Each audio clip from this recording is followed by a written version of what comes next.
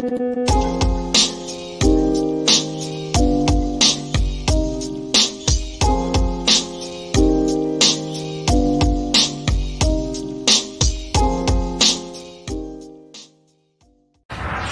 a federal ban on incandescent lights goes into effect. That means you'll only be able to buy LED or fluorescent light bulbs in stores from now on. As part of the Energy Efficiency and Climate Plan, the regulations passed last year prohibit stores from selling incandescent light bulbs. Biden, to me, is like having a flashlight with a dying battery and going for a long hike in the woods. It is not going to work out. It's not going to make it. So I think I found the reason behind the light bulb ban. What?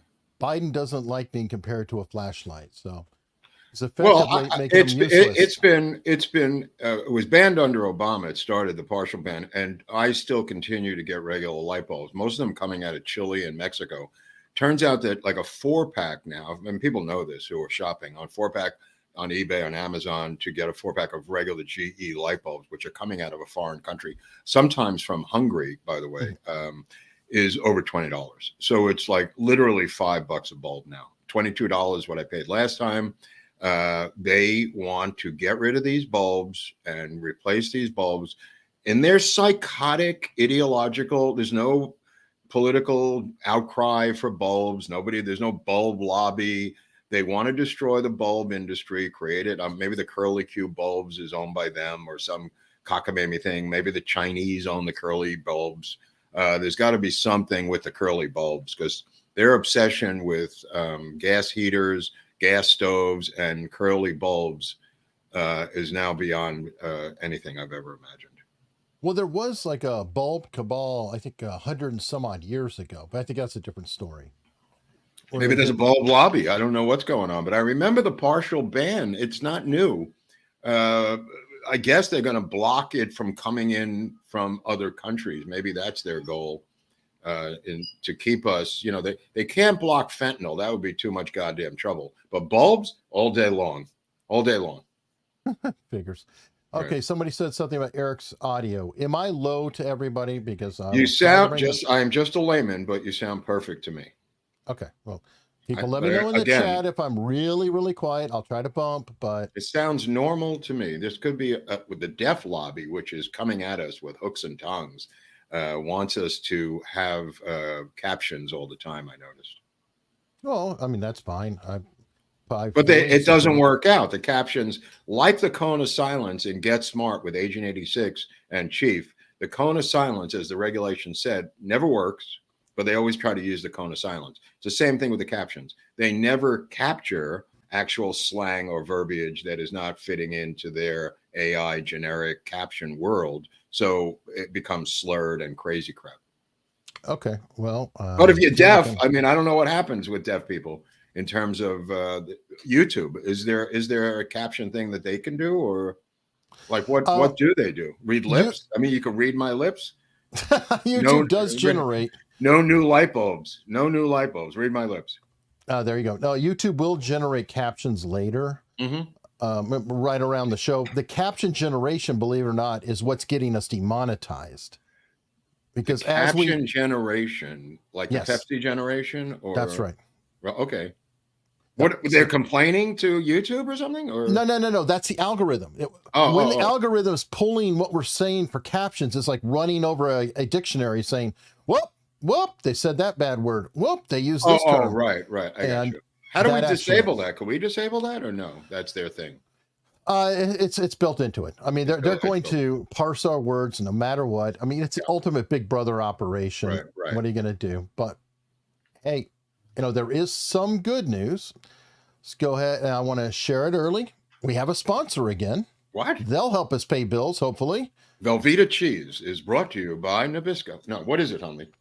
It is Aura, and I have an ad for it. Go, baby. Ever searched your name online and found your personal details exposed on public sites? That's the work of data brokers who profit by selling your info to robocallers and spammers. Enter our sponsor today, Aura.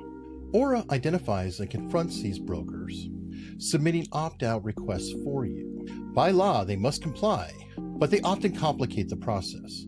Aura simplifies this for you. With services like parental controls, antivirus, VPN, password management, and identity theft insurance, Aura's got you covered. I used Aura and it found my info on 25 data brokers. It alerted me to 50 plus sites that had compromised my information, and it also monitored my bank for large transactions. It was a real surprise when I got alerts when I was transferring money around. Real lifesaver. This is an added layer of security that I can't do on my own. For peace of mind, try Aura for 2 weeks free at aura.com/unstructured and boost your online safety. Whoa, that was good, Hunley. You're in the wrong business. You should be doing this. The hell are you knocking yourself out? Leave this to people like me. Big mouth know-it-all. You could be doing this. You're like a pro. Holy crap. I'm glad we got Aura. That sounds like a righteous product.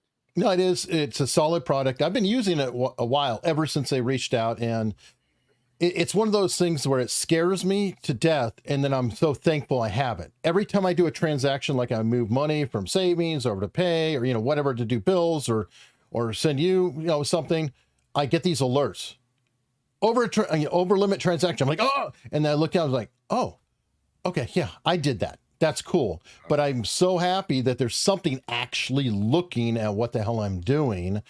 And it also has alerted me, God knows, I don't know how many hacks have gone on. It's like, your username and passwords on this site, your username and passwords on this site. I'm like, okay, let me change it. Okay, let me change it. Let me change it. Whoa. So it is actually useful, and I'm super glad they came back. They, our audience has been amazing. Can Aura block nutty chicks? I'll ask. No. Okay. Well, I have my own sponsor, and that is today's Hero of the Blues, Buddy Boy Hawkins, who is a sponsor of today's segment of Heroes of the Blues. Besides Aura, we have Buddy. I haven't done it in a couple of weeks, so I was losing out on Buddy Boy Hawkins, waiting to do him. Walter Buddy Boy Hawkins, a reputed resident of Blytheville, Arkansas, recorded 12 sides for Paramount in 1927. Details of his life are scant, Eric, and his records were universally poor sellers. However, Hawkins plays exclusively in open A tuning and possesses one of the more sophisticated guitar styles in blues for you people who play guitar out there. His repertoire included both fast, raggy songs and slow blues. His timing and touch were impeccable. His harmonies considerably more developed than those of his peers. Buddy Boy Hawkins, today's Heroes of the Blues. It's not going to help you with your internet overages, but it's good to know that we have a Hero of the Blues for today's show. Plus, the incredible sponsor, Aura. Absolutely. And okay, to open up, here's a great first subject. Super chat in here to bring it up. Switching over here, Jimmy Dore and Max Blumenthal going after, I think she means RFK Jr. and Israel. Disappointing. Well, here we go. Yeah, I mean, it's not disappointing. It was just, I'm surprised it took this long, because nobody hates Israel more than the left. And it's inexplicable. It's absolutely psychotic. They've never invaded another country like we have. They've never gone into other countries like Cuba did into Africa in the 60s when they supported the invasion of Angola by Fidel Castro. These people are duplicitous. They are hypocrites. I don't know what their beef is. This condo border dispute of condominiums on a border been going on for 30 to 40 years. Nobody's launching nuclear missiles into these Palestinians. And Jimmy Dore and Max Blumenthal would be arrested in a second by the PLO, as would any gay person, any trans person, anybody else. Go to your pride parade in the middle of Palestinian territory and see if you can find one, and then go to Tel Aviv and see a democracy truly at work. These guys are despicable in their denunciation of Israel. It has to be called out. They could be funny comics. Apparently, Max Blumenthal is a stand-up comic now. I didn't know that. And it's cool to be anti-Israel, Eric. It's cool on campuses to beat the shit out of Jewish kids with yarmulkes who look like Ben Shapiro. It's really cool to do that. And then they equate Israel with apartheid. It's apartheid state. Completely insane rants by these maniacs. Nobody supports the state of Israel more than RFK Jr. And the American people overwhelmingly support the state of Israel. they may have chipped away a little bit over the past couple of years with their nonstop denunciations. However, it's the only democracy in the Middle East. And if the Palestinians put down their guns, there'd be peace in the Middle East. If the Israelis put down their guns, they'd be overrun and destroyed within a couple of days. Those facts are indisputable. Anybody wants to debate those two facts, bring it on. Well, it's kind of like, you have people who are in love with anarchy, and I'm an anarchist, and I can't help but think that, well, you know what? There's already countries you can move to. Yeah. Somalia, the Sudan, there's anarchies. Go move there. It's a parlor game by pseudo intellectuals. That's what it is. It's a parlor game. It's kind of like debating a Holocaust denier. Like when I was a kid, our parents told us, do not engage with Holocaust deniers. They are victorious by bringing you into that discussion alone. That's what these cats are like. They're like, and I'm not saying they're denying the Holocaust. I'm saying they're sucking you into a debate over something that's not worth a debate. That's what I'm saying. All right, I'm going to jump in really quickly because Gumbasto has been going bonkers on locals. I'm like, we now have, I think, an executive producer for our show because this guy throws down.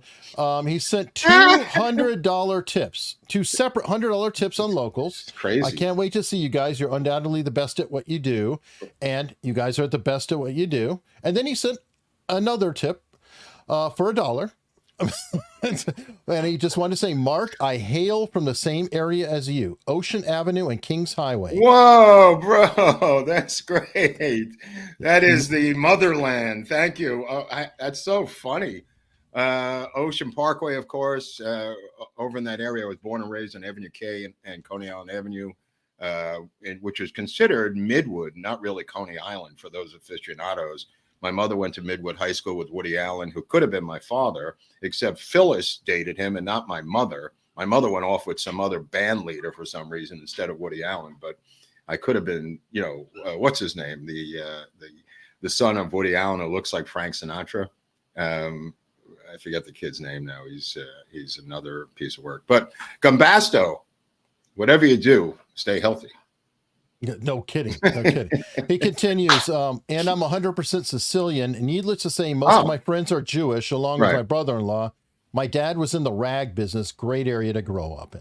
Absolutely true. That's, like I said, that's the nerve center of Ashkenazi and Jewish culture in New York, or was, when I was growing up, was that area of Brooklyn, Coney Island, Midwood. And now it's, from what I understand, it's Russian Jews who live there.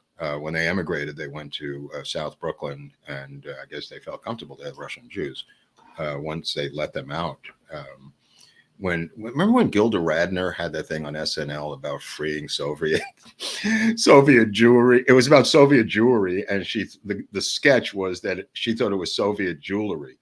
And at the end, the guy says, no, it's Soviet jewelry. And she says, oh, never mind. If anybody could find that, it was a running sketch on SNL with the legendary Gilda Radner. Yeah, what a loss. Yeah, what a great, yeah. R.I.P. Okay, and there's another news story I wanted to bring up. I almost hate to bring it up because it's going to be like, okay, Mark predicted this. Here we go. And another RFK story. And this one, RFK Jr., Super PAC gets $5 million from mega donor who backed Trump. Wow. What a incredible twist. Like, I didn't see that coming. Thanks for shopping with us, folks. Jesus Christ. It's exactly what I was talking about.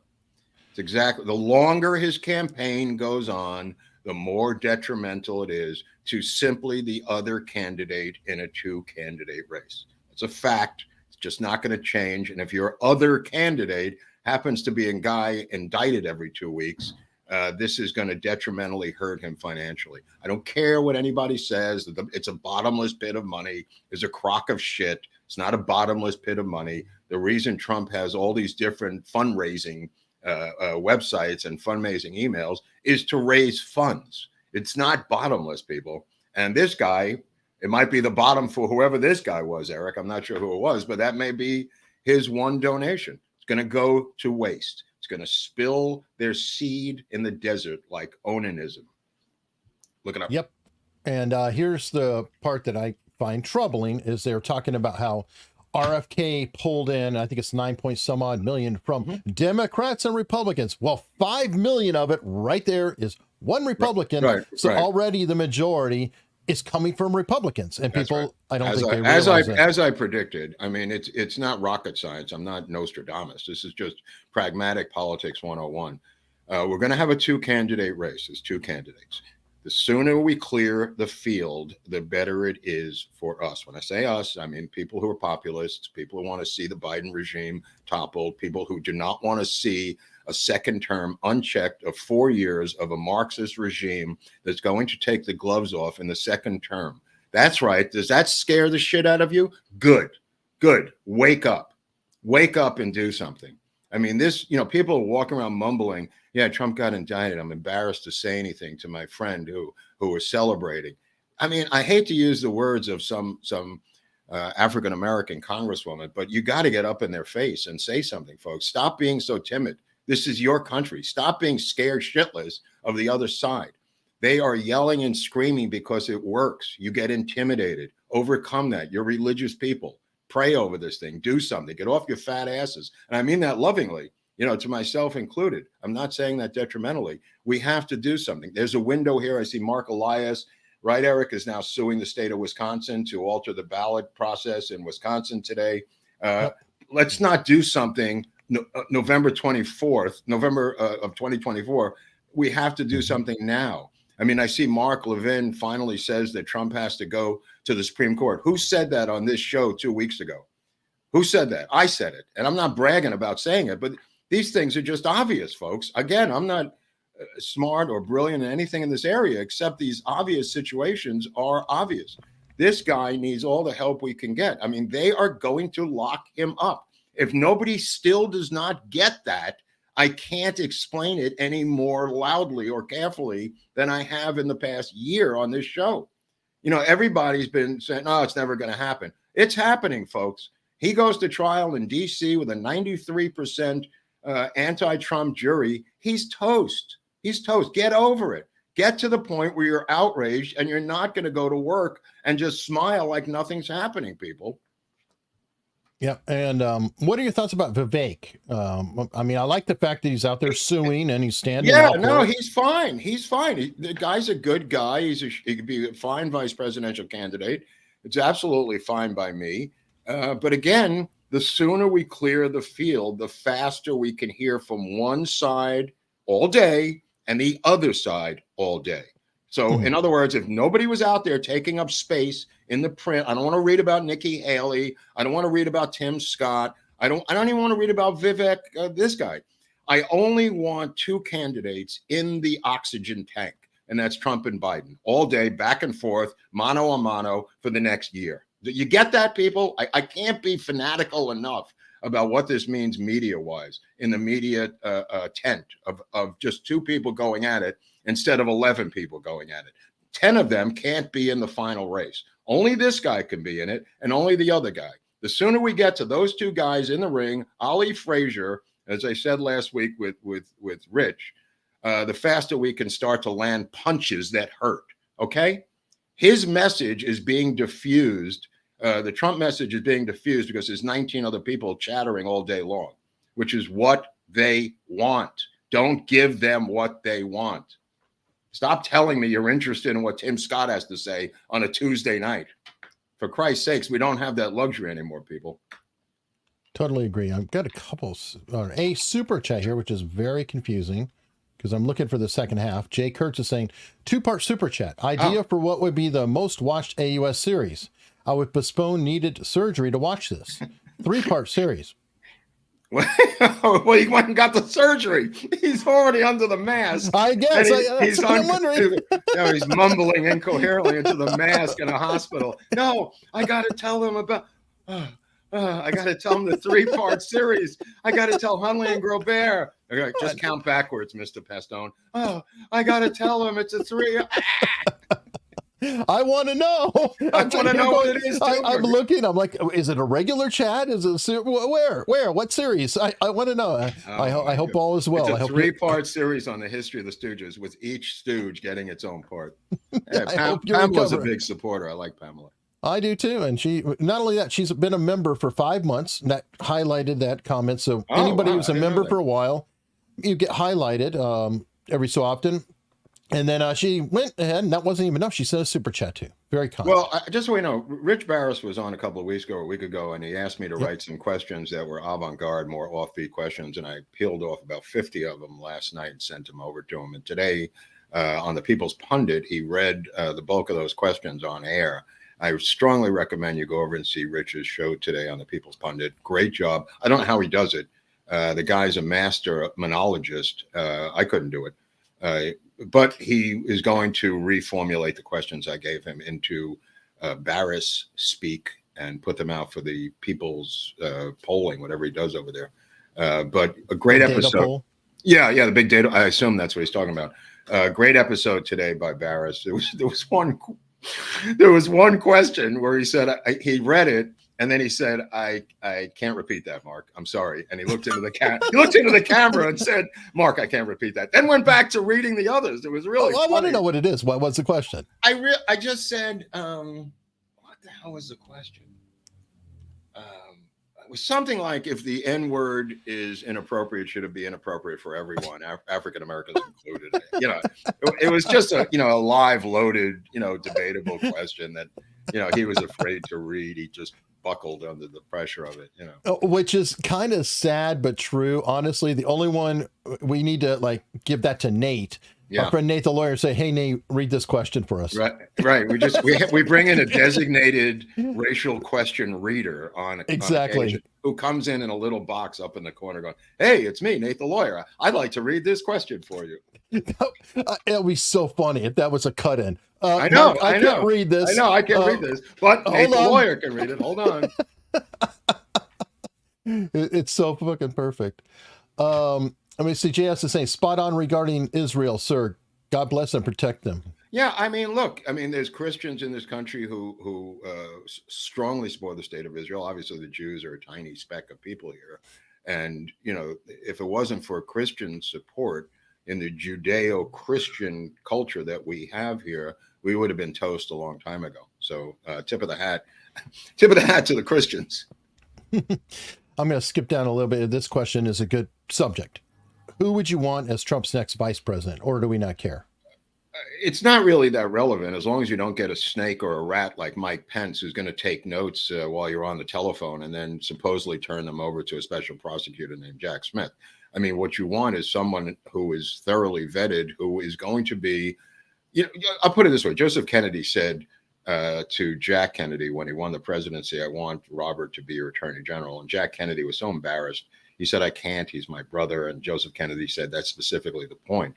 And he argued with his father repeatedly, eventually accepting that his brother would be his attorney general, because his father knew hardball politics in D.C., and he wanted to cover his son's back. I think they've since made a law that you can't do it, but it's got to be the closest thing to that for Trump in the future going forward. And that may be Kerry Lake. I don't know who it is. It's certainly not Jeff Sessions, who was picked as attorney general from Alabama, one of the biggest human disgraces in American and Alabama history, which we're going to cover when we go down to Montgomery Labor Day weekend for the big America's Untold Story meetup in Montgomery Labor Day weekend. I want to cover Alabamian type stories when we're down there. And one of them is, I want to get into this thing with Jeff Sessions, how he infiltrated behind enemy lines, and how he was the guy that literally recused himself the second he got there, launching the entire Russia probe and everything else.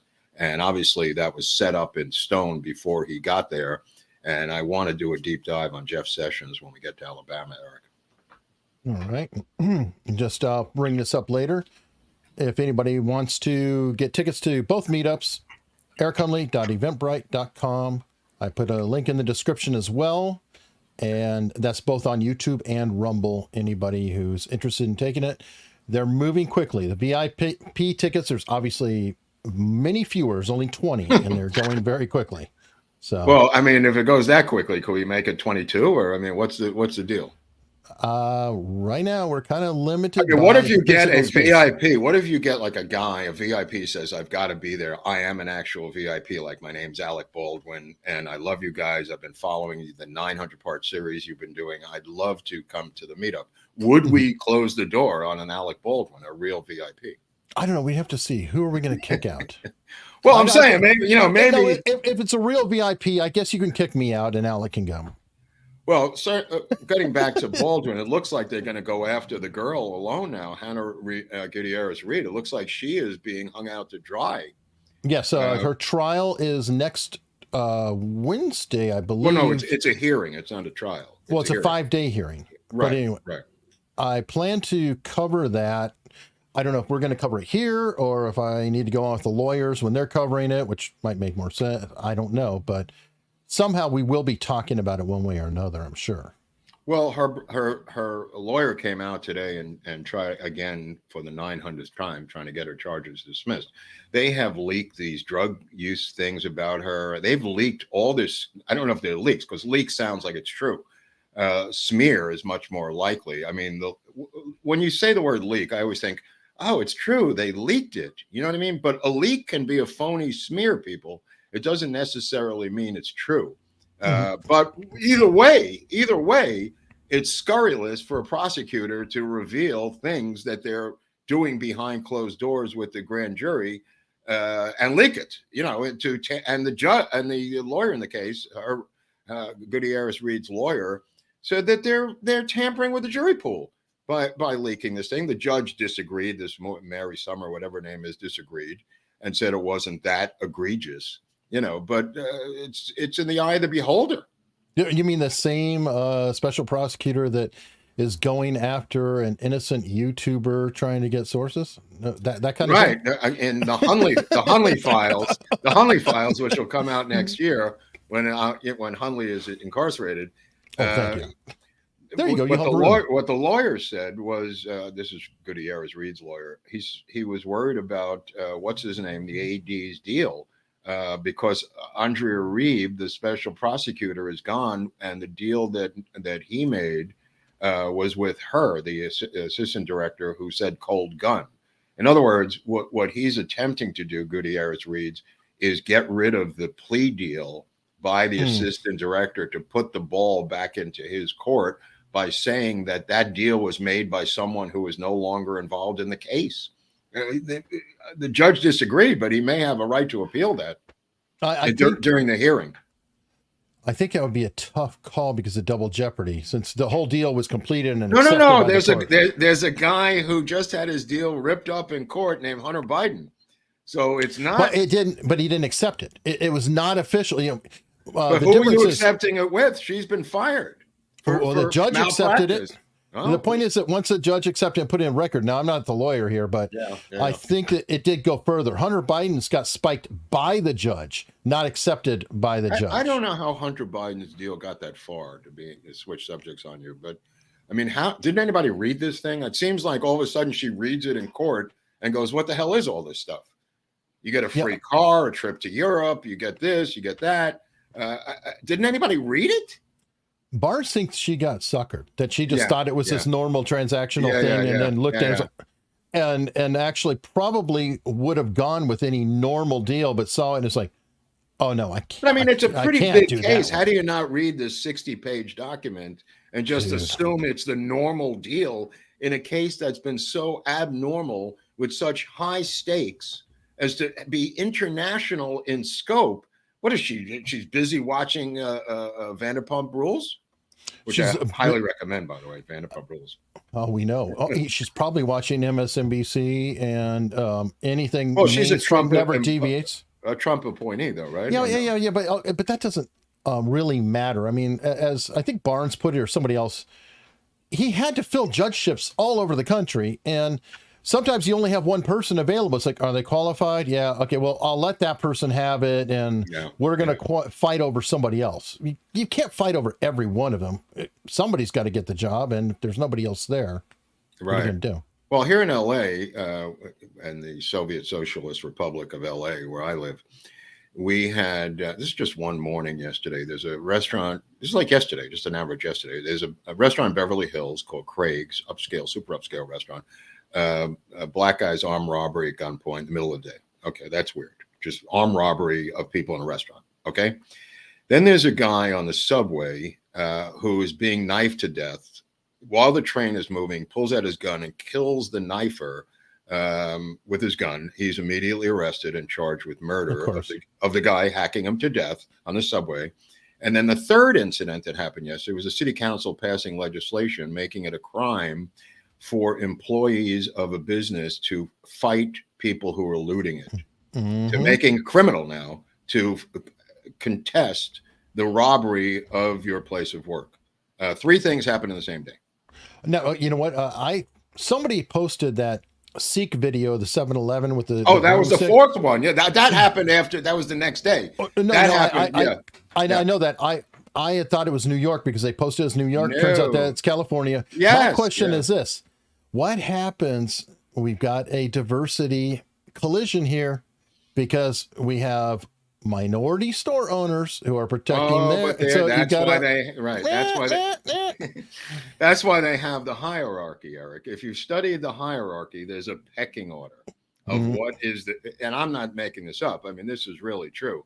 On top of the pecking order are black trans women, and then it comes down from there. So I don't know where Sikhs land. Asians are now considered white. Jews are considered white. They eliminate people in the hierarchy whenever they want or move them around like chess pieces. But so I don't know where Sikhs go. Sikhs are obviously people of color. They're obviously minorities, obviously immigrants. None of that seems to matter when it comes down to certain things. They just move the hierarchy around, to make it work in their jigsaw puzzle ideological chess game for the media. So, yeah, I mean, this guy was just to give people, I don't know if we have the video, but to give people an idea, a guy takes a 55-gallon garbage can, plastic on wheels. It's got like a black liner in it, big garbage pail.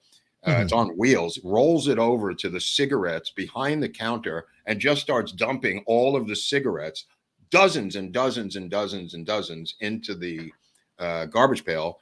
And he gets attacked with sticks by the Sikh owners of the restaurants, beating him down with look like sticks or mop handles or something, Yes. Where it gets interesting on that hierarchy, though, is when you start to get into Islamic religious figures. And then we start to get, I don't know what it is. And I don't know if it has anything to with, French comic strips and results there. I would never say anything like that. But let's just say that, like Catholics, it's a free for all to pick on them. But they probably aren't going to be, the same group making fun of other religious figures. Well, let me tell you something. That's so funny you said that because we were watching last night an episode of South Park attacking the Catholic Church. I could not believe what I was hearing, the words and the verbiage used in South Park against priests and the Catholic Church and this whole episode. I was shocked what they were saying, Trey Parker and his friend there. They hate this church more than anything I've ever seen in my life. I mean, knock yourself out. It's on late at night at South Park, whatever it is. But holy cow. I mean, if they did this against the Muslims, they would burn, they would find them and somebody would do a Charlie Hebdo? A Hebdo on them. Yeah. A Hebdo. Yeah, it is very interesting. And it's disappointing, though, because South Park can be hilarious. And I know they've gone after Scientology, they've gone after Mormons, right. I think but they never stop on the Catholic Church. They never, and I'm not Catholic, and neither is Eric. But I mean, it is unrelenting. I mean, whoa. I mean, dude. I mean, what are they? They treat them like they're the Third Reich or something. Yeah, good point. I've got some Rumble rants that came in here. How do they get into Rumble? Go ahead. Sent a $20 rant. Greetings and salutations. Well, greetings to you. Hawker, first time rant. Very good comments on Israel. PLO says they just want back what Israel gained in 1967, yet they created in the 64 as a Palestine Liberation Org. To liberate what then in 1964? Well, it's a leftover from the Soviet Cold War with the U.S. It's leftover. It's like the last Japanese soldier on Iwo Jima. They haven't gotten the text message that the Soviet Union has collapsed. Who were their proxy supporters, like Cuba? They are continuing to fight a battle that is post-Cold War, in the post-Cold War, that would really, to get back to the history of this feud, is a Cold War history, Eric, between the proxy state for the Soviets was the Palestinian people, and we were supporting the Israelis. And there were multiple things around the world like this, but the one in the Middle East was supported by the Soviets. They funded them and printed their anti-Semitic textbooks, all this stuff that now doesn't make any sense because there's no more Soviet Union. Yet they continue as if there's a Cold War, as does Jimmy Dore, as does Max Blumenthal, that this is some sort of, South African apartheid state they're living in the 1970s or something. It's bizarre, to say the least, totally bizarre. Every year, the level of anti-Semitic attacks in the United States goes up. It's the number one group every year with a bullet. We win that award every single year of the sheer amount of anti-Semitism in the United States from violent attacks just goes up. And it doesn't help to keep bashing the state of Israel and Jews because people don't differentiate between Israel and Jews, folks. When you say Israel, the Jew light goes off, okay? All this bullshit about, well, no, I love Jews. I just hate the state of Israel. It's an argumentative crock of shit. Okay. We know you're full of shit. We get it. You hate Jews. Go talk to the Muslim community in London and see how far you get delineating between Israel and the Jews. Good luck. On that note, by the way, the guy who shot up the synagogue was sentenced to death this past week. And should be. Oh yeah, no question. I was just bringing up. Okay, so yeah, no. I mean, that's why it was on my mind, was because of that situation in Pittsburgh. I mean, this is, if this happened as regularly as it happens in the Jewish community, if it happened in the Black community, they would be burning the country to the ground. Sure. On a different note, I won't say lighter, but kind of lighter. Rumble rant from Escaped Hamster. Why did the National Lampoon movie division turn to crap? The movie division? Okay, first of all, there was no movie division. Second of all, it was just Maddie Simmons trying to make deals with Universal. There was no movie division. We were all writing articles trying to get them to be converted into movies. John Hughes wrote Vacations 58, which became Vacations. I mean, these were articles that people wrote that were converted into scripts later on through Maddie's skills dealing with Maddie Simmons being the owner of National Lampoon.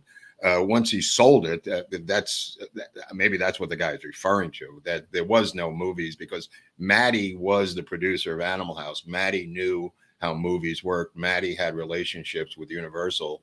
And the new guys who bought it had no movie experience whatsoever. So but that's in the mid 90s. Yeah, that's what he's referring to. Yeah. I'm guessing like Van Wilder. And I don't know how those movies got made. I don't know what the deal was, but there was no movie division, if that's what you're thinking.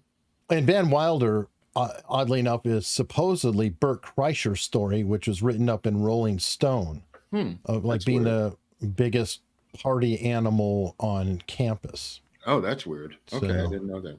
Now, I don't know how much of it's true, but that's kind of what has been claimed by him. Yeah, I mean, there was a stable of great writers who were able, like Doug Kenny and others, who were able to translate.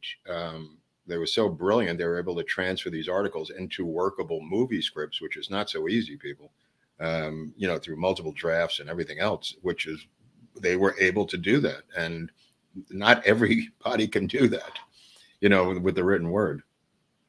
Right now, I find this encouraging. Hopefully it goes forward, but this is in the news right now. Rand Paul has referred he has an official criminal referral on Fauci. Well, how far is this going to go? You think they're sitting around all day debating this over at Garland's Department of Injustice? I mean, give me a break. It's like sending a complaint to the Third Reich because the ovens are too hot. You know, I mean, like where is this going to go? What department of the Justice Department is going to say, let's jump on this, boys? Come on, whoop whoop whoop. I don't know. I mean, but somebody's got to send something, and Rand Paul has been, stand up with Fauci. On Monday morning, begin the impeachment of Joe Biden. Get some freaking balls. Don't tell me you don't have the votes. We'll see what comes out at the end of the sausage-making process. They didn't have the votes against Nixon when the goddamn thing started. By the end, they did. Okay? Things change. Begin it on Monday. What are you freaking waiting for? Let's get this on. I mean, the cowardice, the sheer cowardice is breathtaking. Well, the country's not in the mood. Yeah, the country's not in the mood for nuclear war either. I mean, there's a lot of things they're not in the mood for. You know, they're not in the mood for Ukraine anymore. I'm sure those numbers are dropping every day. I don't see them pulling the plug on Ukraine. Oh, good Lord. Let me see. Cannondale on locals. I'm planning to open a big can of SpaghettiOs with Frank's tonight, and wondering which Sergio Leone movie you would recommend. I don't recommend any of them because first of all, I can't stand the scores. I'm not a fan of Sergio Leone.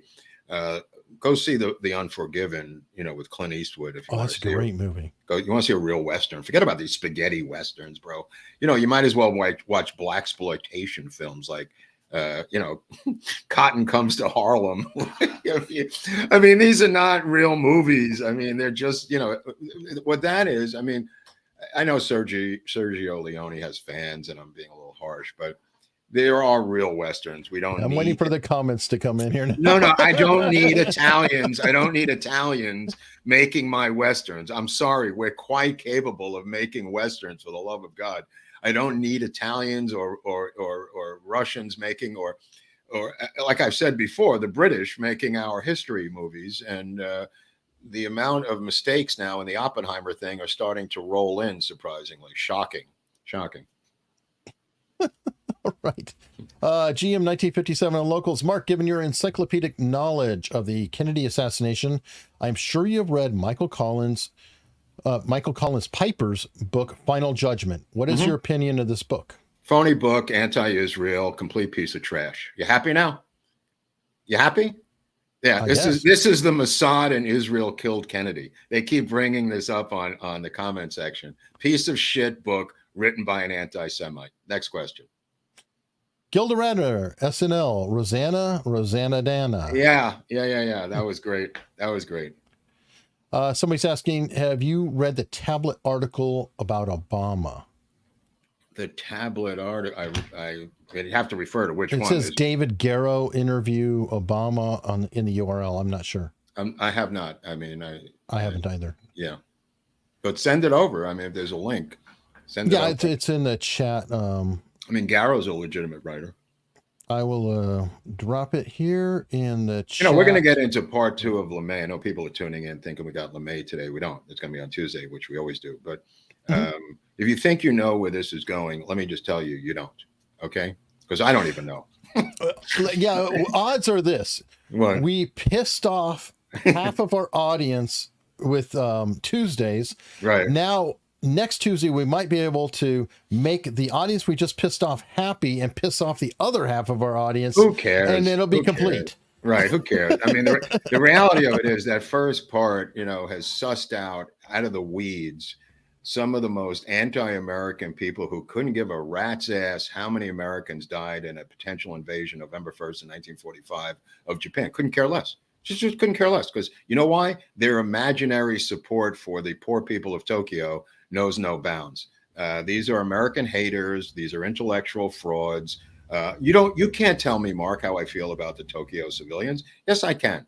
Because LeMay, when he went through the rubble, when he got over there, and I'm not going to talk about LeMay anymore, but he goes through the rubble of Tokyo and finds they have drill presses, machinery in every single house that was reduced to rubble. In other words, each one of these homes had machinery designed to make parts for the war. And at what point are civilians not civilians? Let me ask you that. When you're involved in total war, when is a civilian not a civilian? When they're making military hardware to kill American soldiers, is that enough for you? Or do we deserve to die because we're imperialists? That's the crowd that's coming out of the woodwork, this anti-imperialist, anti-American hating crowd from World War II through this revisionism.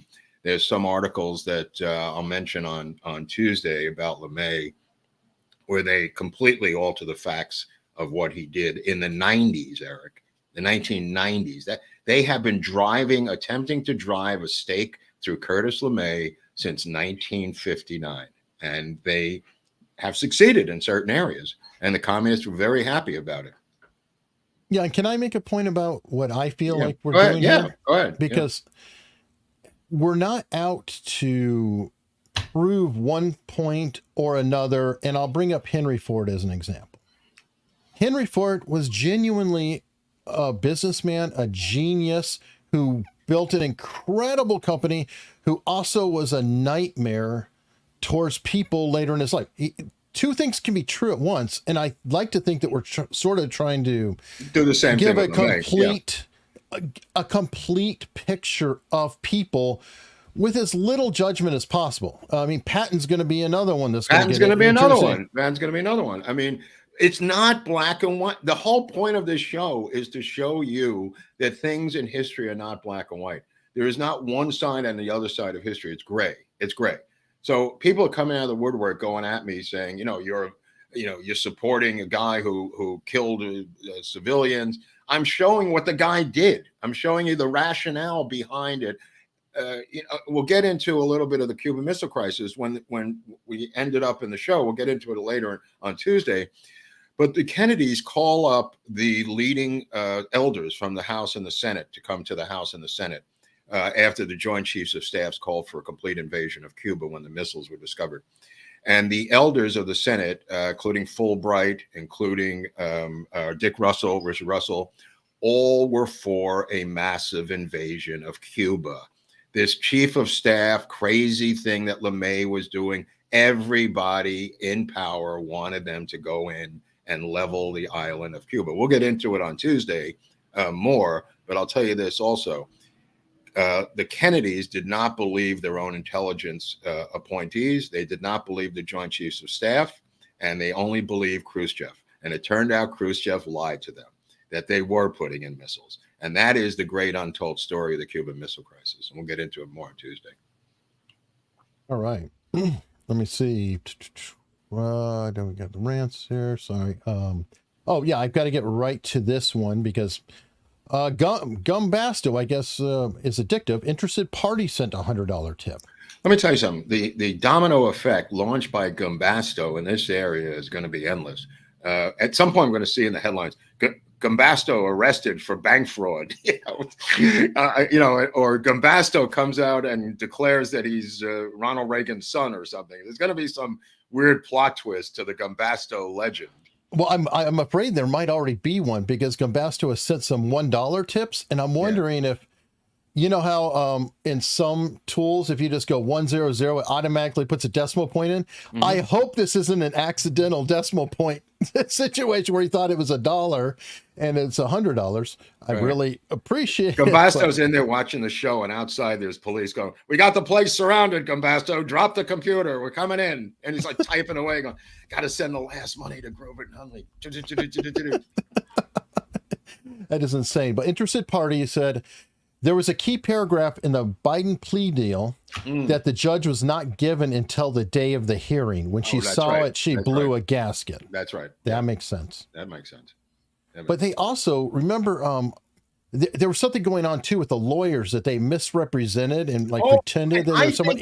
Yeah. What was that, Eric? I can't remember it. And I was like, I think they claim to have still worked for a large law firm in LA, which has offices in New York, some mega firm. I forget the name of it. It's like a couple of different, very famous mega firm, and they didn't work there anymore. That's what I think happened. I'd have to look at it again, but I think they claimed to work for this large law firm and they didn't. Yeah, very strange. We got a smart ass in locals, Rogue Thunder. If Biden is going to campaign from his basement, wouldn't it be a contrasting strategy for Trump to campaign from a prison cell? That may happen. It may be not even a strategy. It may just happen. They're not going to stop people. I don't think people. Well, first of all, it's so bizarre that I kind of understand why people can't wrap their minds around it, because it is so crazy. But at some point, you're going to have to see that they're crazy, and this is what their goal is. Their goal is to have a quick trial, have him found guilty by a jury of his non-peers in D.C., that no polling. I mean, I know Barnes is big on polling, but Barnes also knows, as does Rich, and Rich was talking about it today, there's over a 90% anti-Trump vote in the jury pool to begin with. How do you not get that trial moved? And the judge is going to say no. They're just going to say, no, go F yourself. I'm not moving it. So, I mean, the whole thing's a kangaroo court. And the kangaroo court extrapolated out means a quick conviction, and they're going to deny an appeal or whatever. I mean, they're going to try to, deny bail and do what they can to put him behind bars. This is their wet dream. And they are working at such lightning speed. I mean, this is August of 2023. They're going to try to get him behind bars by the spring. Yeah. Somebody pointed out earlier, there was a timeline too. It's like, I think you froze up there, Hunley, unless you're having a stroke. I think there is a timeline, and I think it's based on the primaries and the election. And I think also that they know exactly what day, what week, and what month they're doing every single thing involved in this incarceration. I think they're coordinating it with the other cases as well, to keep this guy wrapped up in court, not give him any chance to get out on the stump. Because if Trump gets out on the stump, that's where his superpowers are. If he can bring in 50,000 people rallies, that's what they're trying to stop. And they're trying to keep him tied up in court for as long as humanly possible during the primary season. And they will violate his conditions of bail if that's the case. I mean, they're going to give him a no contest, zipped up mouth scenario. And I think he's going to violate it based on their draconian conditions. I think that they're going to give him a gag order, multiple gag orders. And I think that is what's going to trip him up. Not that he's going to do anything on purpose to trip himself up, but the gag order, I believe, will lead to his incarceration. Let me just put it that way. So that might be the way they get him, as a violation of the gag order. Now, that being said, I don't know what happened to Hunley, but nevertheless, I mean, people have to get off their behinds and get on the blower, start to yell bloody murder, that the guy they voted for, the guy that had 85 million votes last year, is about to be put into prison by a psychotic prosecutor and a psychotic Justice Department. I can't emphasize this enough. This has to be stopped by people. I don't care if they throw themselves into the gears of the machine, but something has got to physically stop this from proceeding. And I mean physically. I know that's anathema to a lot of people on the right, but at some point, enough is enough, and something has got to give. Maybe Hunley had a heart attack. I don't really know.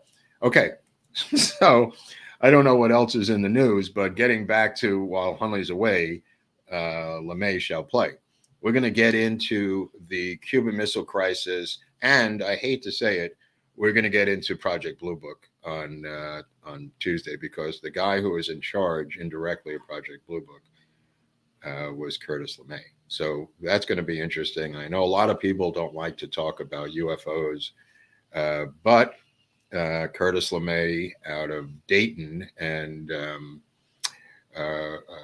Wright-Patterson Air Force Base was where they kept Hangar 8. internet.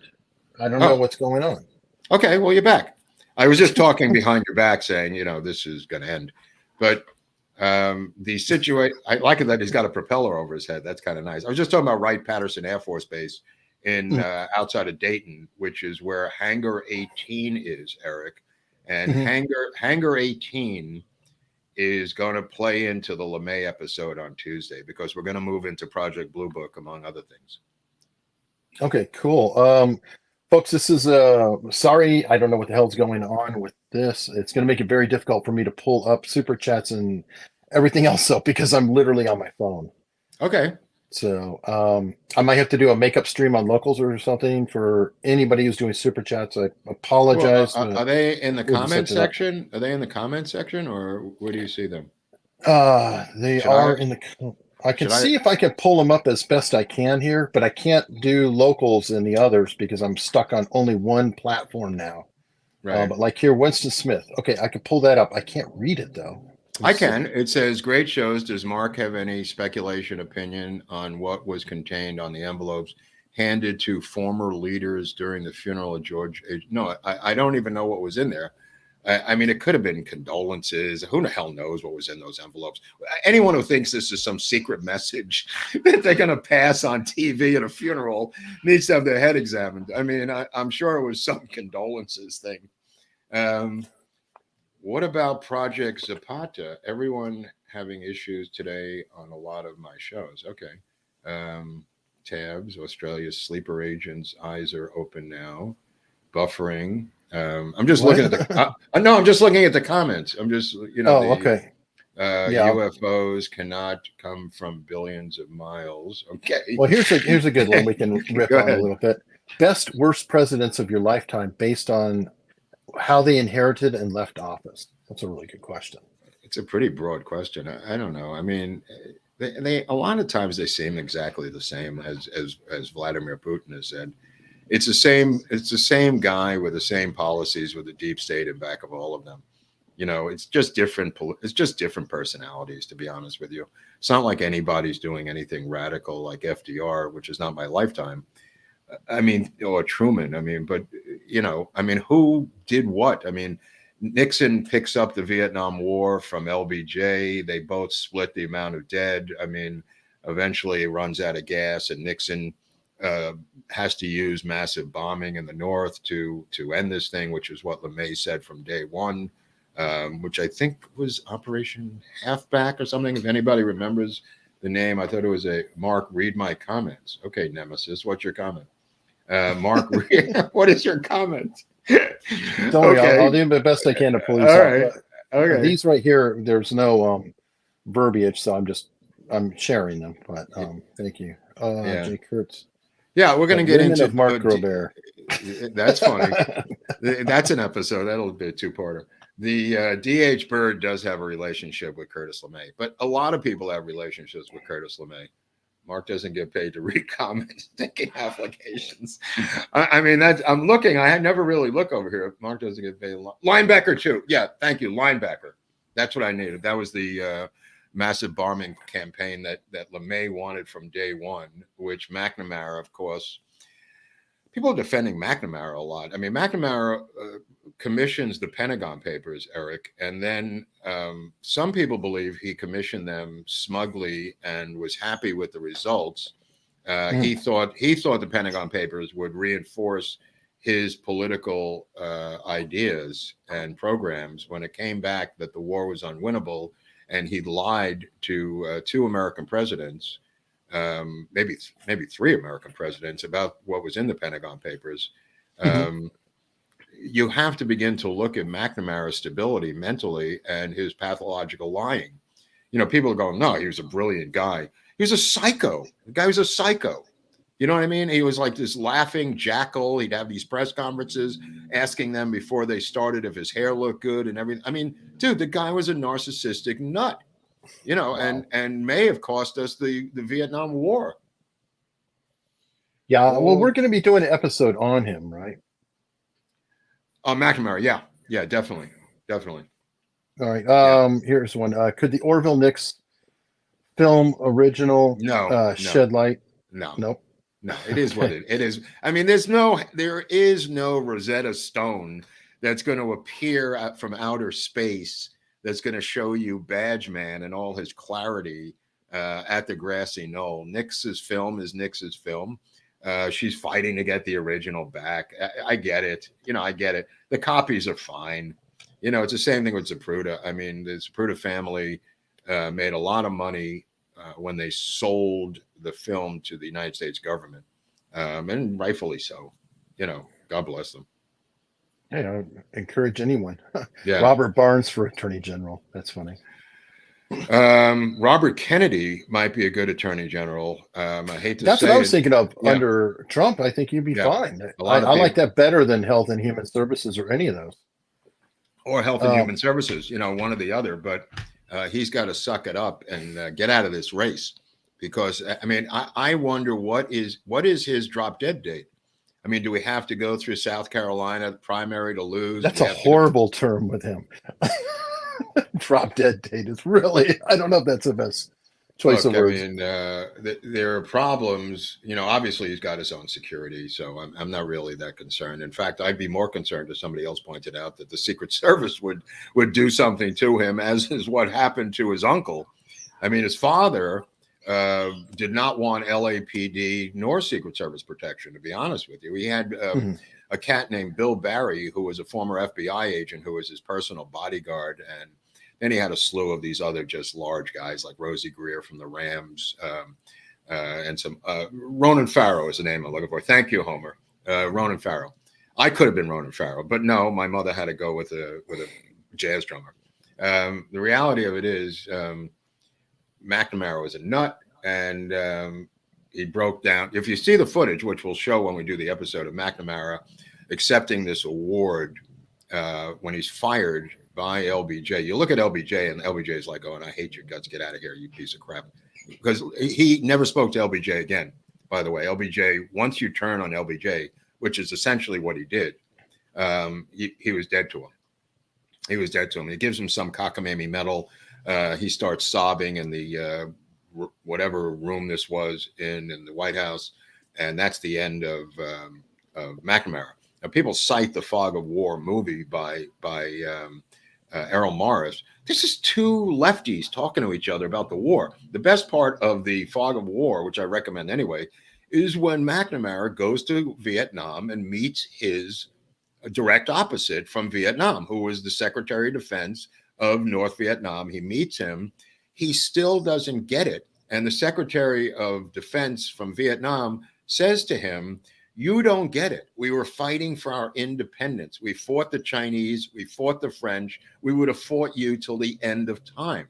Because McNamara asks him, "Why didn't you reach a deal with us? It would have saved a lot of time and treasure." And the guy says to him, "You still don't get it. This is 30 years after the war.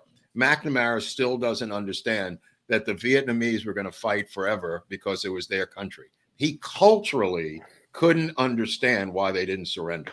It's breathtaking. It really is breathtaking, in the stupidity of McNamara. Well, we didn't learn it ourselves with Iraq. I mean, it's like if it's their home and Yeah. we're there, they're going to keep fighting until we're no longer there. I mean, they can't, Right. where are they going to go?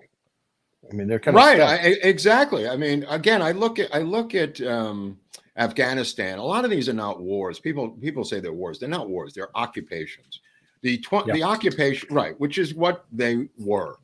We had to send patrols out to engage these people in these countries to shoot at us.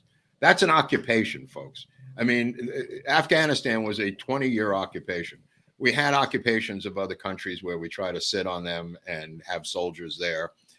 Vietnam was a shooting war, and LeMay said you would have to send in, as opposed to bombing, you would have to send in 1 million men at the same exact time, is what LeMay said, if you're going to go with boots on the ground, which they didn't. Of course, they did it incrementally. They were concerned about politics, which is what the Kennedys were concerned about with Cuba. There was an election in less than a month. Keep that in mind. Congressional elections, 1962. The Kennedys were concerned about Cuba and keeping it out of the news. The last thing they wanted was to let the people know that there were missiles in Cuba. And the intelligence people and the Joint Chiefs of Staff kept telling them privately, the Soviets are smuggling missiles into Cuba. And they said, no, they're not. And they said, no, they are. And they said, but, Khrushchev told us that they're not. And they're like going, are you kidding me? Are you kidding me? He believed and admitted later, he believed what Khrushchev said. He also believed, which RFK Jr. refers to about this guy, Bolshevik, who came over their house. That I think his name was Bolshevik. I forget how to pronounce it, but this was an agent of Khrushchev who claimed to be a back channel for the Kennedys, which he was. He lied to them about the missiles. And RFK and JFK both believed this guy who came into their house and did the Russian dance in their living room, according to RFK Jr. The na na na na na, right? So they believed him, and the CIA was ripping their hair out. The Joint Chiefs of Staff were ripping their hair out. Every intelligence organization in the United States government was telling the Kennedy administration that not only have they smuggled in soldiers, they've first smuggled in surface-to-air missiles, the SAMs, which would later become predominant in Russian smuggling, Russian armament in North Vietnam that will shoot down American fighter pilots. They smuggled SAMs in first and installed them to prevent anybody from flying and doing stuff. Then they smuggled in the nuclear missiles. Khrushchev asked the Kennedys to stop having flyovers. It would be a nice act of peace. And he goes, okay, I think I could do that. And these people are going to shoot themselves in the head, the Joint Chiefs, because he's ordering U-2 flights to stop flying over because Khrushchev's annoyed. And I'll tell you something else, and then we'll move on to something else. But when you went to visit Khrushchev in his dacha, his summer retreat, he would bring you out onto his back porch and give you a pair of binoculars. And through that pair of binoculars, you were looking at Turkey across the waterway, and you could see American nuclear missiles pointed right at his dacha. This drove him freaking insane. That's what started the Cuban Missile Crisis. The fact that we put missiles in Turkey and Italy pointed right at him. But the ones in Turkey, he could see through his own binoculars from his dacha, and that was intentional. And he did the whole entire Cuban Missile Crisis to get those missiles in Turkey removed that were pointed right at his house. Fair enough. Just me. If you let Alec in, pat him down first. Not judging, just saying. He's not getting in. I'll tell you that right now. Hey, Mark, have you read the biography of Obama, Rising Star by Garrow? And what did you think about it? Oh, I have not read it, but I think if you want to see what I think about Obama, you can watch our episode of CIA and the Family, which traces Obama's CIA and intelligence roots back multiple generations in his own family. That's what I think about it. I think Obama was a CIA tool. I think he was working with intelligence, as were his parents. His grandmother ran a CIA bank in Honolulu, and his mother was an intelligence operative as well, as were his three fathers. I think he had about 3 or 4 fathers, not counting Frank Marshall in Honolulu and the avowed communist Frank Marshall. Yeah, it's amazing. Pasha Moyer, among the religious groups, Muslims are the ones most likely to fight back. Yeah. They are fighting back, even in this country, against woke politics here. So, I mean, he's right about that, generally speaking. Trudeau trying to tell a Muslim what Islam's about. I don't know about Trudeau, but I've seen it here that they're fighting back against woke politics. I don't know what's going to happen in Minnesota, but with the Somalians, that's another crazy situation. But I think they're fighting back too, the Somalians. Well, again, it's a diversity collision, for real. Well, it's the hierarchy with branches coming off the hierarchy and flailing around, Yeah, but these branches are directly contrary. Like, you're talking about the highest point of the hierarchy in diversity is anathema to Islam. Like in an Islamic country, they would not survive. Well, let me know this. I know this is a bizarre question, and maybe we can answer it at some point. Is it possible that you cannot have a multicultural society? Go ask the Japanese when they turned down all of these immigrants they were passing around the country, the Syrians, when they were trying to find homes for them. And the Japanese said, we will accept 0. And they said, come on, you got to accept some. Japanese said, no, we're not taking any of them. And all these other Scandinavian countries had to take them, and England had to take them, and everybody had to take them. They didn't have to take them, but they did. And it's been nothing but trouble. And the Japanese may be a lot smarter than we even thought they were. Japanese are openly racist. They're openly that. Well, I don't know if they're openly racist, but they're pro-homogeneity. If pro-homogeneity is racist, well, they're pro-homogeneity. They want a homogenous culture. And who are we to tell them they can't have it? And yet, nobody bothers them about the fact that they do not have a multicultural society. Is it possible that people like the Japanese, people like the Russians, people like other leaders have figured out that this might not work? Is that possible? I know it sounds insane, that it's accepted that you have to have a multicultural society. Is it more trouble than it's worth? True. And I don't know. I'm just putting it out there. I don't know either. Seems to be a lot of problems. And racist, nationalistic, whatever. But yes, Japanese are very clear that they want all Japan, nobody else. And they let people in, obviously, to do teaching, this and that, and to stay, but it's not the same thing. They're very clear about their culture. Dina, appreciate you guys and the knowledge you share. Thanks. Watching from Korea. There you go, Korea. How many multicultural things are going on in Korea?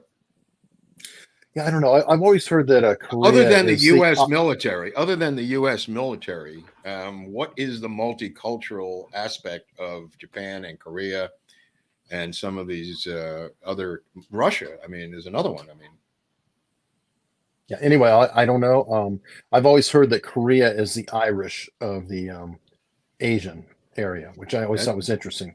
That's interesting.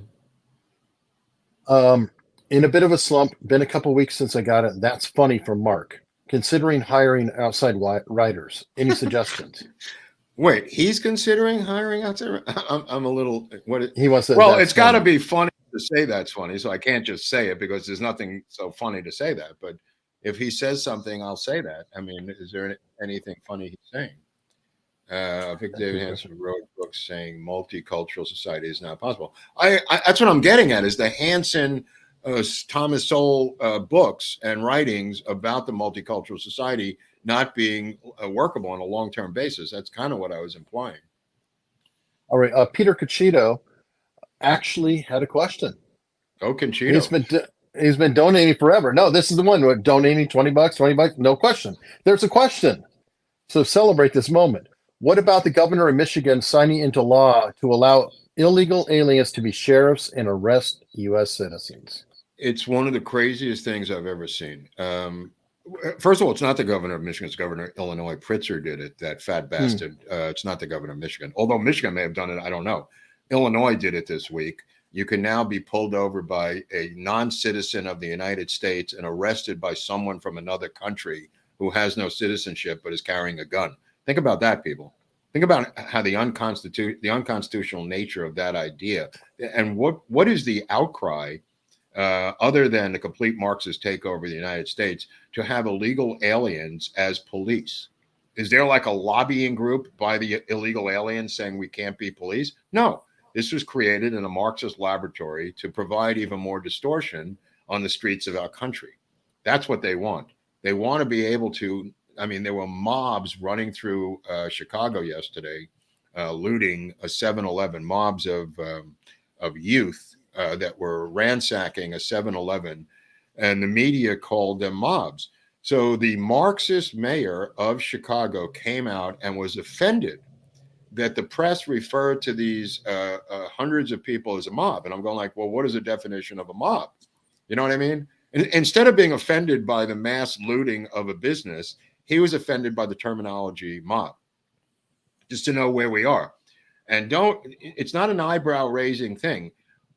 When Marxists control the major cities of the United States, have we already been taken over by Marxists? At some point, you're going to have to look at that closely and say, he may be saying idiotic things in Chicago, but he's an avowed Marxist. So what difference what he says is he's running one of the largest cities in the United States and is surrounded by a group of Marxists in back of him. So allowing looting to happen and shootings and everything else that's going on in Chicago may be their policy. Nobody stops to think about it. We may already be controlled by Marxists. Maybe they don't own Des Moines, Iowa, but they certainly own Chicago. Okay, at what point do we just say they have taken over? What's the tipping point? We have a Marxist here in LA, a former Black Panther who's the mayor here. We have a Marxist in Chicago who is running Chicago. We have a person who is an attorney general in New York. who's an avowed Marxist. At what point do we say, you know what? They got us. They got us. They're running the major cities of this country. I mean, we can hide in the woods, I guess, moving to these temporary red states that people keep urging me to do, or we could stand and fight. I mean, this is what I wanted to put out here today with that thing in Chicago with that mayor yesterday. It's just driving me nuts. Plus this by Pritzker up in Illinois. Crazy. Have you guys ever done an episode or would be interested in something about Price Daniels? Who is Price Daniels? I forget. It sounds familiar. I'm not sure. I'm not. Is he related to Price Waterhouse? I don't know. But that Or would have some cash. Pappy O'Daniel? I don't know. I heard that the police took the police radios from the motorcycle officers after the JFK assassination. Is this true? Never heard that in a million years. They took I don't the know why they FBI would. took the police radios. No, not true at all. They took the radios. I don't know. I wouldn't see why, because it's not like they're recording something. So the recordings came on a dictabel from headquarters because one of the I think it was Hargis's radio was jammed open, so you were able to hear certain things through his open jammed radio frequency that was recorded on a dictabelt at police headquarters. Right, but there would be no point in taking the radios. Right, no, that's what I'm saying. Past tense. Yeah. Right, yeah, the radios are built into the motorcycles too. I think they're attached to the bikes or their body. Price Daniels was governor of something, and maybe Pappy O'Daniel. I think Price Daniels maybe Pappy O'Daniel if you go back a little bit. Okay, I think that's who Price Daniels is. But I would know him as he was a governor of Texas. Russia is multicultural. It's kind of interesting that Russia and the United States have switched positions. Russia is now the United States from the 1950s, and we become the 1970s version of the Soviet Union. We've actually flipped, which is one of the strangest historical things I've ever seen. Russia is now a white Christian nation, and we have become a polyglot, multicultural Soviet mess run by Marxists. I don't know how this happened so quickly, but Russia seems to be, and this is with their policies on gays, policies on trans, they seem to be a conservative version of the 1950s United States. Their economy is booming. They have tons of natural resources. They have an incredibly strong military. It sounds vaguely familiar, Eric, of the 1950s US. Our policies sound like the Soviet Union in the late 70s, early 80s, going into random countries, having complete repression from a Politburo, having TASS and Pravda as the New York Times and Washington Post, completely censored newspapers and culture and the news. We have become the Soviet Union. We are the Soviet Union of the 70s and 80s. They have now become the Happy Days version of the 1950s U.S. style as a Christian country. Hunley under attack now. Hunley being beaten savagely. Now Hunley trying to get something to charge his phone because he's going to run out of juice here. This is quite the fly-by-night operation. Pappy O'Daniel is what, again with Pappy O'Daniel. I don't know why Pappy O'Daniel is coming up with the state crust. I don't know. Somebody's saying that Price is a House Speaker. I think I saw in Texas. That I don't know. I don't know the different speakers in Texas. But that does sound vaguely familiar. While Hunley's, he's back. I was going to say something. I'm here. Okay. No, this is really precarious. This is not planned, obviously. Right. Well, in rehearsal, Hunley's struggling, says P4. America, let's get through some super chats too. Go ahead. Who's stopping you? I'm just reading the comments. I'm having a good time. Awesome. Jeff Wilson, please come to Dallas in November 2023. I mean, we might have something else going on. It's not ruled out. We're trying to do some big technological event. We should come up with a name of it, like Operation Bamboo or something. You know what I mean? We should have like a secret code name for what we're doing in November. Mark spot on U.S. and Russia flipping. Yeah, I think they flipped. Eric has his phone balanced on a plant pot. That's funny. No, I have my phone balanced on card decks. in Right. between with another thing. Hold on, 93.5. Yeah, I just want to give a shout out to Greg Budell on 93.5 out of Montgomery, Alabama, where I've been doing this radio show every week. I don't even know who I'm talking to, but he sounds like a righteous dude down there. This particular episode discussed 2 movies. He went to see Oppenheimer. He was talking about it. And then we were talking about 13 Days movie with Kevin Costner, which I was rewatching last night for the episode on Tuesday. Kevin Costner plays Kenny O'Donnell, JFK's aide and best friend, but he's got this crazy Boston accent that makes it difficult to watch. But it is what it is. Bruce Campbell plays JFK. Go ahead. On that note, the episode on Thursday, you guys didn't hear it because you were live, but you were interrupted twice by the National Weather Service. So I was going through it, and literally you'll be talking. And they had a hurricane. Yeah. Oh, yeah. But that was an emergency. So, that was an emergency. I know, but your audio's lost. So some of the stuff you talked about is gone forever. Nobody will ever hear it. And Greg was talking about it after and said that you don't hear it when it happens. So people called in to tell him, hey, right when you asked the question, you got cut off again by the weather. So anyway, so he's got a lot of people that want to come to the meetup down there in Montgomery. What's the matter? He has a lot. No, I'm just saying his audience has apparently become into America's Untold Stories as fans of the show through Greg, and he will be doing a live radio broadcast, which is the point I'm trying to make, Hunley, if you'll allow me. He'll be doing a live radio simulcast of the meetup in Montgomery, Alabama, when we go down there Labor Day weekend. So it'll be another added layer of media, which is going to be fun. All right. Dreadnought Trucking. Let me see. They pretend to be part of the prosecution, have court files sealed for Hunter. Oh, that was the reason that they were in trouble. Oh, they right. Pretending to be part of the prosecution. So, yeah, that's kind of dirty. Man, oh, man. These cats are unbelievable. 2 cities atomic bombed in Japan, setting off leftists against nuclear power, but the cities are functioning despite propaganda. I know. No. That's what was my point last week. I just go, everybody's like so crazy. Like, what if you launched a nuclear bomb against the city? It's happening. The cities are fine. I mean, the world was not destroyed. Like LeMay said, how many bombs did they drop on the Bikini Atolls? Dozens and dozens and dozens of bombs. We had nuclear testing in the atmosphere. Now, you could make the argument that it's not great to keep doing it, but it didn't bring the world to an end. We've exploded hundreds of nuclear bombs, Eric, and you know this. You know, in testing, underground testing, above ground testing. In Nevada, for God's sake. Nevada, for Christ's sakes, and we're still alive. Now, you could make the argument, maybe it leads to cancer, maybe it doesn't, it's probably not good. But the reality of it is we're functioning as a society despite all of our nuclear testing, despite the underground testing, the above ground testing, and the destruction of 2 cities in Japan. The proof's in the pudding, my friends. Yeah, I mean, this is true. Paul Rubens, Pee-wee, R.I.P. Very sad. Did you know him? I didn't know Paul Rubens. I knew his art director for Pee-wee's Playhouse, who was a close friend of mine. And later, we had to make a van for Dumb and Dumber.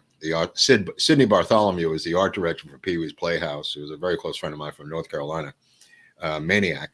A brilliant guy, later died of a drug overdose years later, but he was the art director for Pee-wee, and he was the art director for the Farrelly brothers in their movies. And we lived together in a big mansion in Hollywood. I don't even know who's owned this place, but he was controlling it at some point. But for Dumb and Dumber, we had to make 2 vans with the puppy ears and the shag rugs all over the vans. We had to make 2 of them for the movie. So we had to go out with glue and get these shag rugs and make ears, which you see in Dumb and Dumber. Those were made by me, helping him at almost at gunpoint as a roommate for the movie Dumb and Dumber by the Farrelly brothers. Very cool.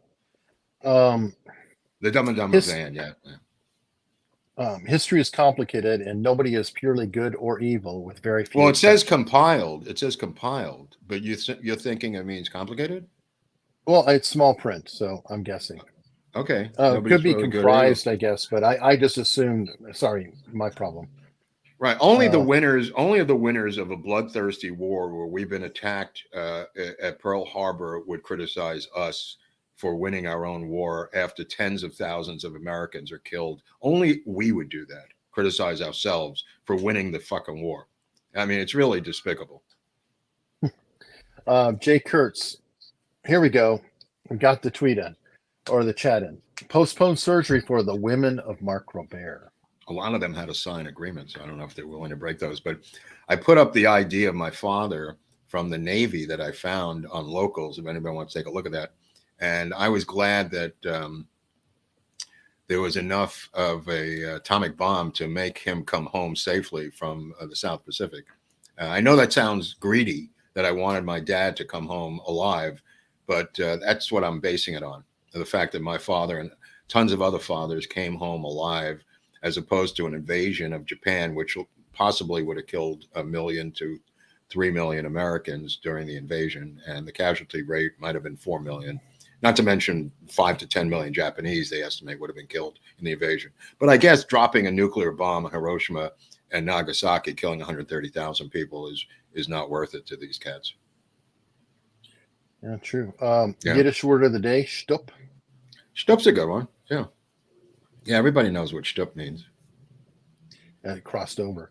Let me see. Is JFK's no first strike policy a top reason for his assassination? What would I don't know. 5 reasons be? Yeah, well, Richardson stumbled onto something. I definitely think it's a reason, not the reason, but a reason. Policy, a factor. Let me put it that way. I have now come to the conclusion Richardson may have stumbled onto something here, that it is a factor, and it is a huge deal. And I'm recently gone into documents and research through this LeMay portal of how big of a deal it was that they came out. And I think it starts under Eisenhower, so I don't completely blame the Kennedys. I think it's late in the Eisenhower administration that they come out with this non-first strike policy and broadcast it around the world like a football score. I mean, the fact that they broadcast this thing was the greatest day in Soviet history, because it allowed them the breathing room. And I'll give you the numbers on Tuesday, not today, of how many missiles we had compared to what they had in 1958, 1960, 1962. It is overwhelming nuclear superiority. And you may think that only one nuclear bomb is all you need. That's not true. And militaries don't look at it that way. And the Soviet military did not look at it that way when we had total nuclear superiority over them. And I mean massive numbers, like 80% difference. They were boxed in, and the Kennedys felt that the disparity alone could lead to nuclear war. Think about that. The overwhelming disparity in our nuclear superiority made the Kennedys uncomfortable. It's as if they almost wanted nuclear parity, Eric. You know what that is? I could be wrong, but I think that's applying a philosophy of friction between the haves and the have-nots to nuclear warfare. So instead of thinking of a military deterrence, they're thinking of hey, we have hatred and class warfare when we have people who feel like they are too far apart with the haves and have-nots. We don't want to be the haves. And it's an odd way of doing it, but I'm wondering if they were analogizing that in their head. I don't know what their rationale was, but the Joint Chiefs of Staff and LeMay in particular were aghast that they didn't feel comfortable with this huge disparity. I mean, these guys, to them, it was the greatest days of their lives that we had this disparity. I mean, the only reason that LeMay talks about a first strike, and not that he's advocating that we do anything, he's saying psychologically we have them boxed in because of the nuclear superiority. By saying you are not going to ever have a first strike, it's almost like surrendering psychologically to them. There's no reason to broadcast that one way or another, is what LeMay was saying. There's no reason to tell them what our policy is, for Christ's sakes. You've got them in a box. Just shut the fuck up and go to work. You know what I mean? They've got strategic, air command flying around the earth. And, as LeMay points out, the Soviets take country by country by country based on that philosophy, saying that we will never do anything.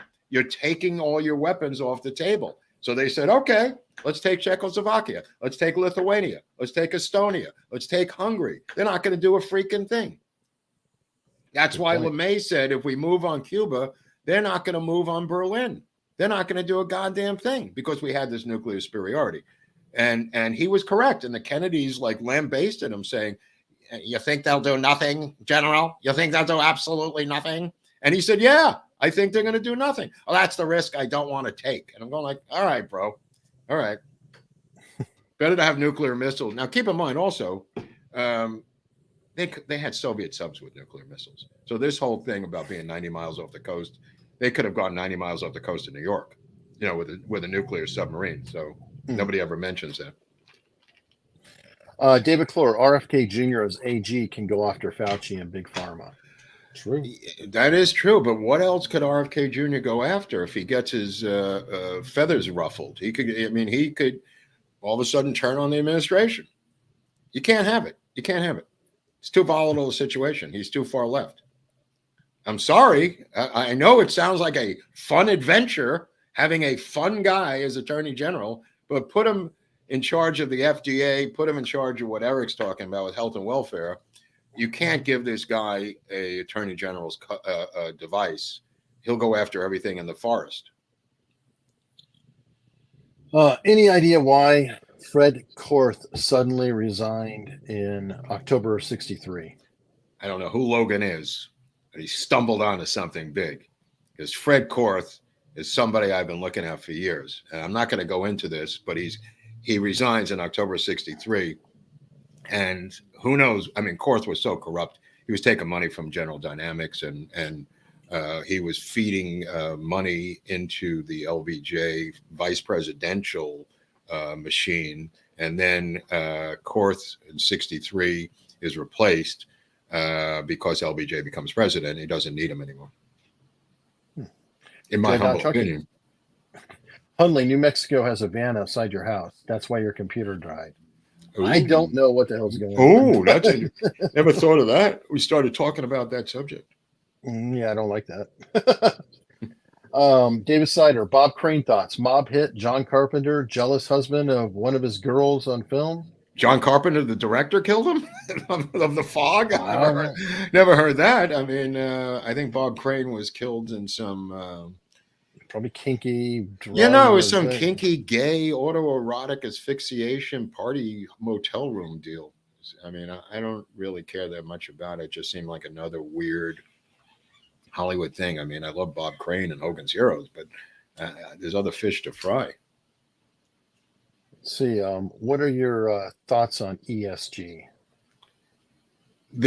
I think the ESG has got to be made illegal. I think we have to have legislation to block ESG at this point. We got to have legislation. We got to get this fat bastard who runs BlackRock under the bright lights and let these guys shred this dude, this fat son of a bitch who runs the ESG out of BlackRock, and put him in a hot seat in front of these guys like Rand Paul and Matt Gaetz, and shred this guy. This guy has got to feel the pressure of congressional hearings. I'm sorry. He's in bed with the communist Chinese. They want to have their own social scorecard.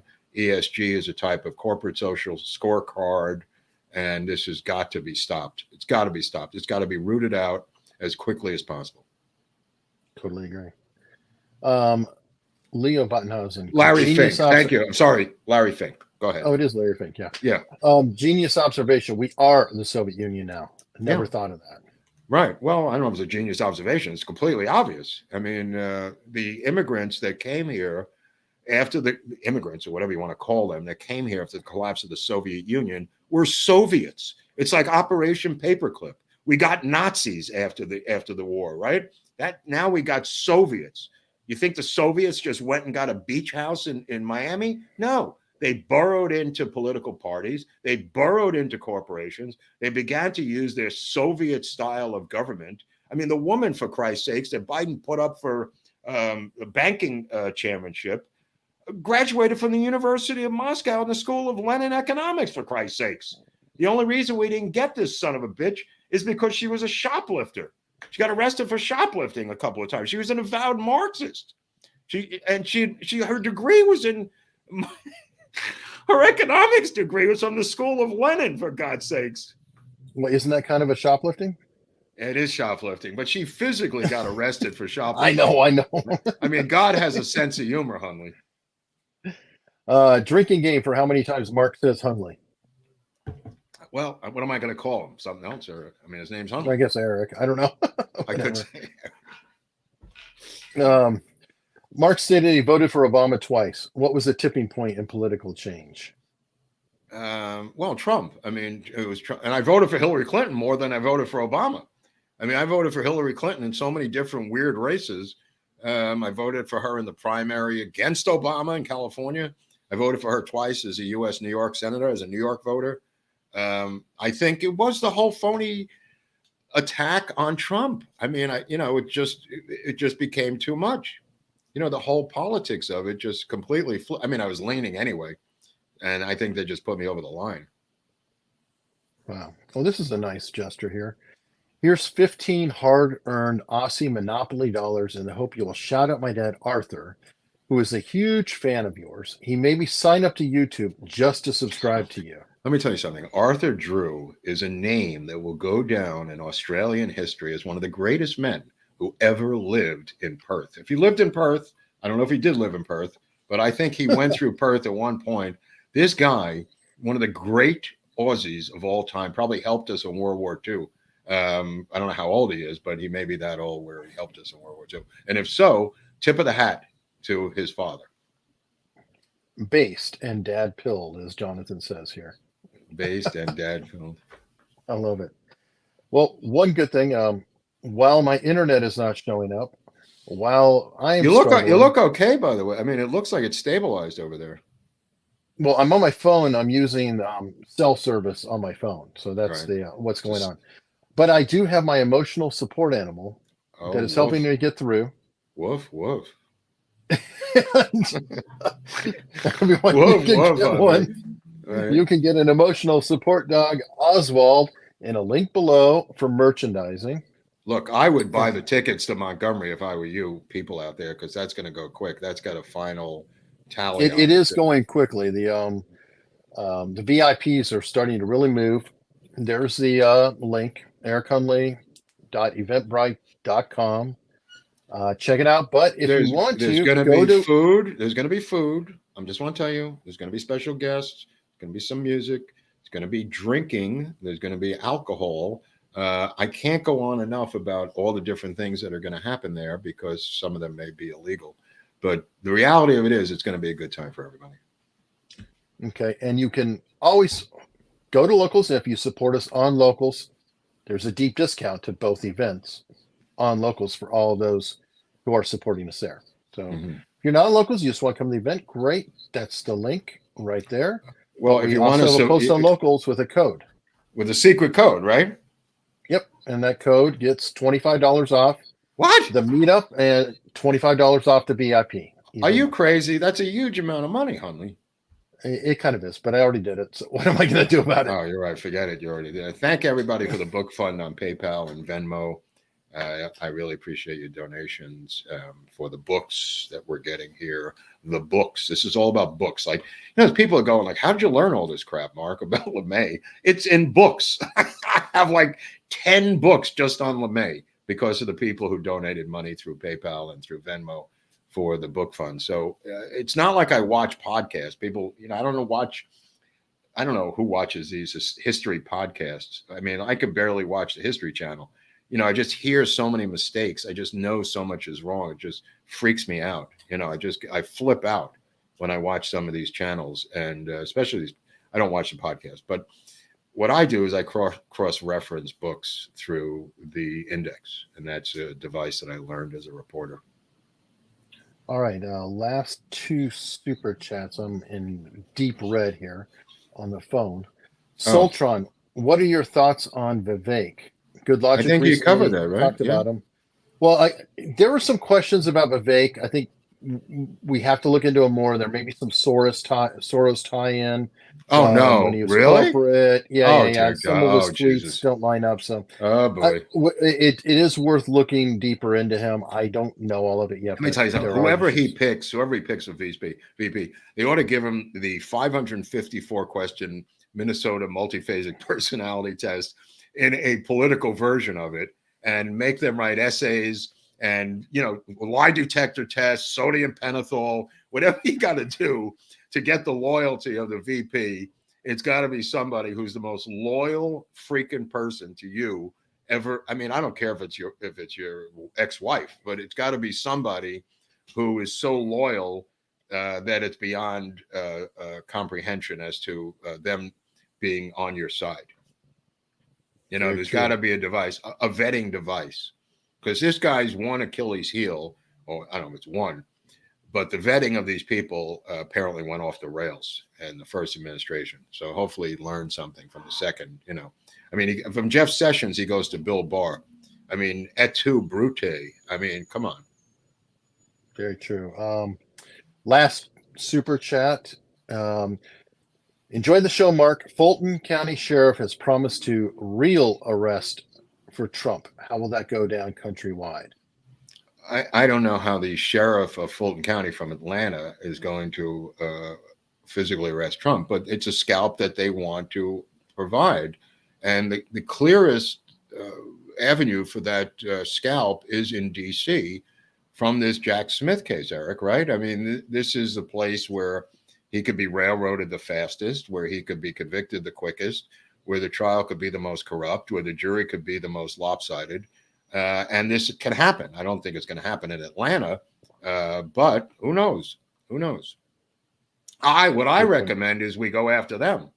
I recommend that the attorney generals, state attorney generals, begin to indict these people and force them into court. And physically arrest them. Take down this guy Hunter Biden. Physically take him down. I mean, the internet doesn't know state boundaries, Eric. I know a guy who went to jail for sexting across state lines one time, did about 6 months in it and got out, whatever happened to him. But this is the equivalent of what Hunter Biden's done. Let's take him down. Good point to close on. Almost out of battery, folks. Tuesday, part 2 of Curtis LeMay. And that's going to be exciting. We're going to go in a different direction with LeMay. So we're going to get into some politics and some other stuff that's not the same as World War II.